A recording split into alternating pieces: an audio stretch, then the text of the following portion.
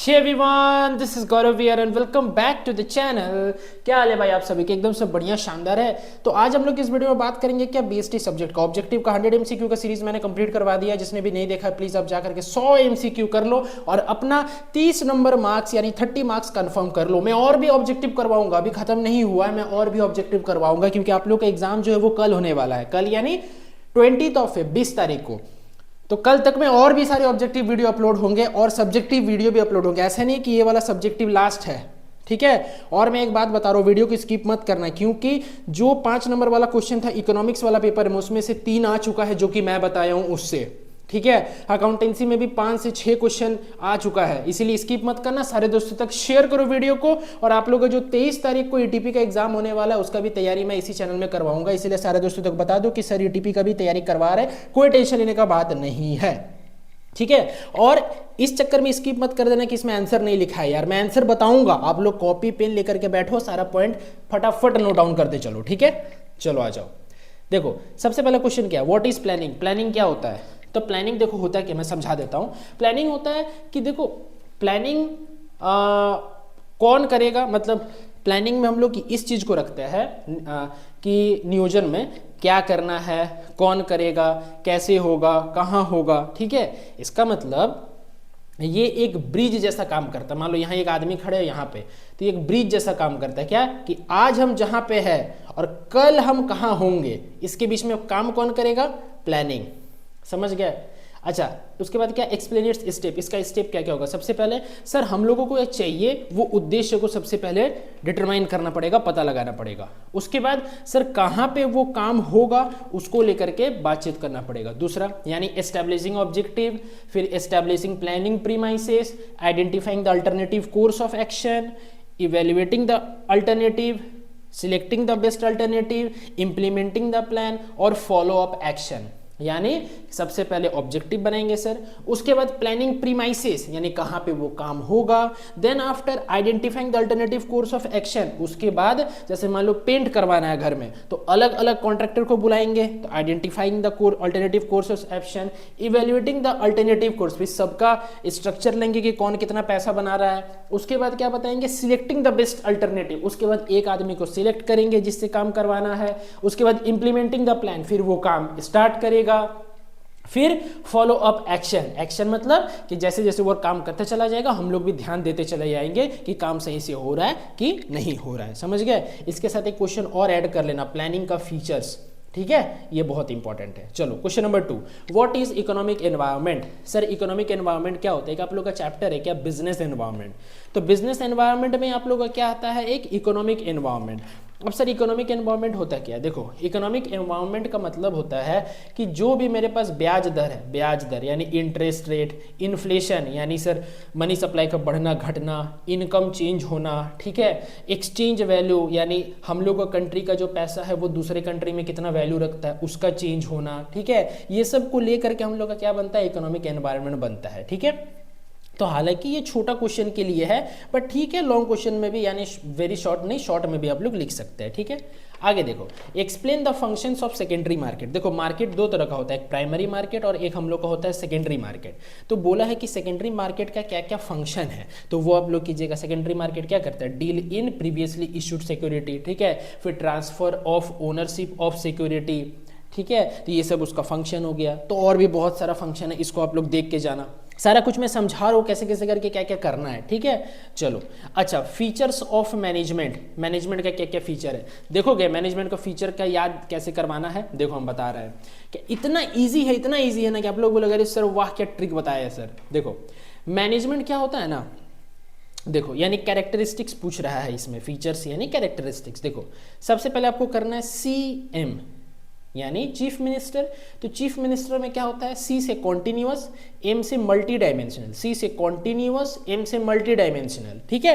तो C for continuous यानी continuous process management हमेशा चाहिए, प्रबंध बहुत जरूरी है जिंदगी में भी। मल्टी डायमेंशनल यानी देखो सारा कुछ को मैनेज करता है, वर्क को मैनेज कर रहा है, पीपल को मैनेज कर रहा है, सारा चीज को मैनेज करता है। CM।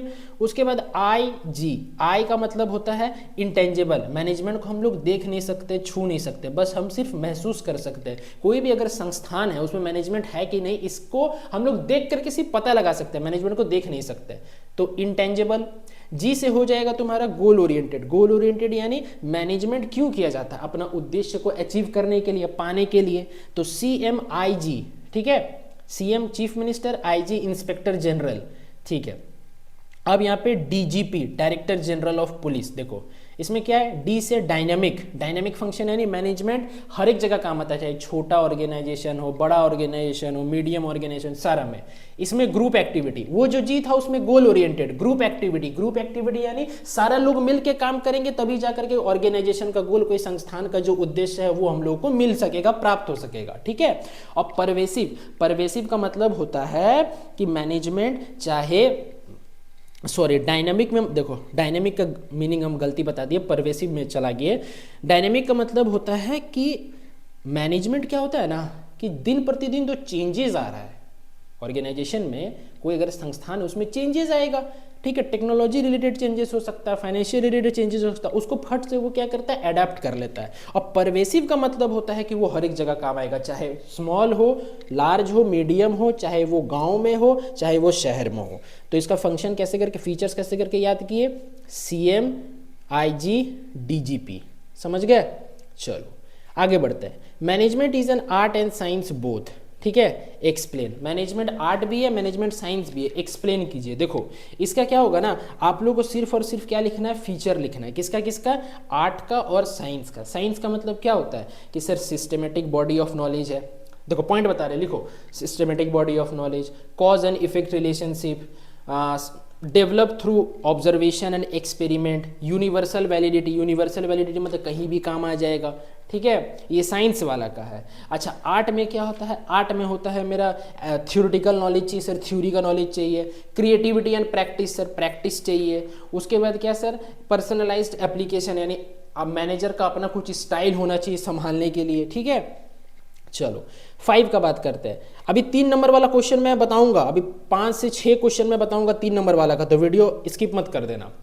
Coordination is needed at all level of management, explain. देखो कोऑर्डिनेशन हर एक लेवल में इस्तेमाल होते हैं, यानी टॉप लेवल में, मिडिल लेवल में और लोअर लेवल में, तो हर एक लेवल में इस्तेमाल होता है कौन, कोऑर्डिनेशन। तो कोऑर्डिनेशन का यहाँ पे पता है क्या लिखना है, यहाँ पे इंपॉर्टेंस लिख देना, कोऑर्डिनेशन का क्या लिखना है, इंपॉर्टेंस। अब सर कोऑर्डिनेशन का इंपॉर्टेंस क्या क्या होता है सर, तो देखो कोऑर्डिनेशन का इंपॉर्टेंस क्या होता है, सबसे पहले आप लोग लिखिएगा कोऑर्डिनेशन का इंपॉर्टेंस में, 1 मिनट, कोऑर्डिनेशन का इंपॉर्टेंस में आप लोग लिखिएगा growth in the size of the organisation. अगर कोऑर्डिनेशन होगा, मान लो कि एक क्लास है, वो क्लास में सब स्टूडेंट आपस में दोस्त वाला माहौल रखते हैं, यानी वो क्लास अच्छा हो जाएगा स्कूल में, यानी ग्रोथ होगा। फंक्शनल डिफरेंशिएशन, अलग अलग काम, अलग अलग स्टूडेंट अलग अलग काम में होशियार है, तो उसको वो काम सौंप दो, ठीक है। मान लो कोई टाइम टेबल बनाने में होशियार है, कोई डेस्क सरियाने में होशियार है, तो उसको वो काम में लगा दो। स्पेशलाइजेशन, अपना अपना सबको स्पेशलाइजेशन है, जैसे कि फॉर एग्जांपल मान लो कि कोई टीचर अगर कॉमर्स के पढ़ा रहे हैं तो वो आर्ट्स के स्टूडेंट को नहीं पढ़ा सकते। हाँ, जो सब्जेक्ट सेम है वो तो पढ़ा सकते हैं, बट सारा सब्जेक्ट नहीं पढ़ा सकते हैं क्योंकि वो स्पेशलाइज है नहीं इसमें, ठीक है। तो इसी को कहते हैं हम लोग स्पेशलाइजेशन। तो ये 3-4 पॉइंट आप लोग लिख सकते हैं किसमें, कोऑर्डिनेशन में, ठीक है। चलो एलिमेंट्स ऑफ डायरेक्शन, डायरेक्शन में कितना एलिमेंट्स होता है, सुपरविजन, मोटिवेशन, लीडरशिप, कम्युनिकेशन, इसके बारे में लिखिएगा। Explain the qualities of a good leader, देखो साहसी होगा, है ना, इंटेलिजेंट होगा, उसके बाद तुम्हारा टाइम कम कंज्यूम करेगा, जल्दी जल्दी वो एक्शन ले सकता है, ठीक है। ये सब हो जाता है कोई भी एक लीडर का क्वालिटी, अच्छे लीडर का।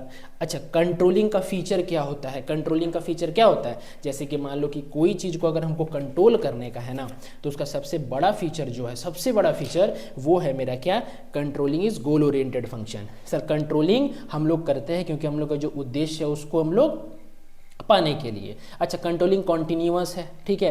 Controlling is backward looking, sir backward looking का यानी कि पिछले बार जो हम लोग गलती कर दिए हैं अब उस गलती को नहीं दोहराएंगे, ये चीज़ कंट्रोलिंग बताता है। अच्छा फॉरवर्ड लुकिंग भी है, फॉरवर्ड लुकिंग क्यों है सर, क्योंकि आने वाला फ्यूचर को देख करके आज अगर हम कंट्रोल करेंगे, मान लो मम्मी पापा कैसे बोलते हैं, यहाँ मत जाओ वहाँ मत जाओ, क्यों, क्योंकि वो लोग फ्यूचर देखते हैं, तो उस फ्यूचर को देख करके वो लोग हम लोग को क्या कंट्रोल करते हैं, तो फॉरवर्ड लुकिंग है। अच्छा कंट्रोलिंग हर एक जगह पे काम आता है, घर में हो, कोई बड़ा ऑर्गेनाइजेशन, छोटा ऑर्गेनाइजेशन, यानी परवेसिव है, वही मैनेजमेंट वाला परवेसिव।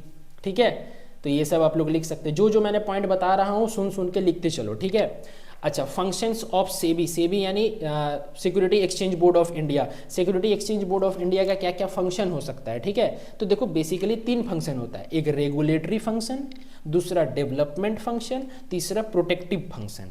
तो आप लोग इसको समझ समझ के लिख लीजिएगा। 11 क्वेश्चन हो गया 5 नंबर वाला बड़ा वाला। अब देखो शॉर्ट वाला बता देते हैं, चलो आ जाओ। देखो 3 मार्क्स का या शॉर्ट में, ठीक है, लिख सकते हैं। Define planning, organising, staffing, directing, controlling. Planning, organising, staffing, directing, controlling, यानी पोस्ट डीसी का अच्छे से आप लोग मीनिंग वगैरह डेफिनेशन कर लीजिएगा। Who is a consumer, consumer कौन होता है? जो पैसे के बदले क्या वो सामान लेता है और पैसा देता है। What do you mean by stock exchange? Stock exchange क्या होता है? जहां पे शेयर, डिबेंचर, बॉन्ड और अलग अलग सिक्योरिटी इशू होता है। What is effectiveness? इफेक्टिवनेस क्या है? देखो एक वर्ड आता है तुम्हारे पास एफिशिएंसी, वो भी आ सकता है। What do you mean by efficiency? ठीक है, और एक आता है इफेक्टिवनेस। देखो एफिशिएंसी का मतलब होता है कि पैसा के साथ साथ काम को समय में करना है, पैसा भी कम हो, पैसा भी कम लगे, और साथ एफिशिएंसी का मतलब बता रहे हैं, एफिशिएंसी का मतलब बता रहे क्या कि सर पैसा भी कम लगे और टाइम पर भी काम हो जाए। ठीक है, पैसा भी कम लगे और टाइम पर भी काम हो जाए। ठीक है, और तुम्हारा इस पे इफेक्टिवनेस का मतलब क्या होता है कि जो काम है वो समय में खत्म होना चाहिए, भले कितना भी पैसा लग जाए। समझ गए? एफिशिएंसी का मतलब कि काम भी टाइम पे होना चाहिए और पैसा भी कम लगेगा।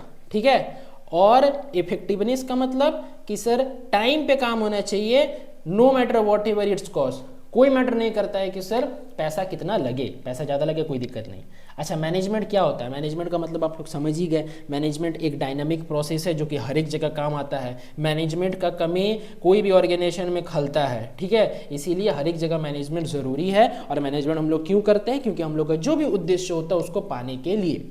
अच्छा, characteristics of a good brand name. Good brand name, कोई अगर अच्छा ब्रांड है उसका नाम का क्या क्या फीचर? देखो शॉर्ट होगा, मेमोरेबल होगा, इकोनॉमिकल होगा, सस्ता होगा, जिससे एडवर्टाइजिंग हम लोग क्या सस्ता में कर सके।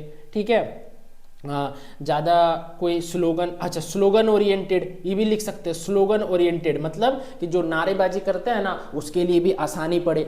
समझ गए? तो ये था क्या 17 क्वेश्चन, जिसमें कि 11 मैंने लॉन्ग क्वेश्चन बताया और 6 शॉर्ट। और भी वीडियो अपलोड होंगे सब्जेक्टिव के, तो चैनल में बने रहिए। चैनल में नहीं हो तो प्लीज चैनल को सब्सक्राइब कर दो, बेल आइकन को प्रेस कर देना। चलिए मिलते हैं नेक्स्ट वीडियो में। Till then bye bye, wish you all the very best for your exam. Keep growing and keep learning.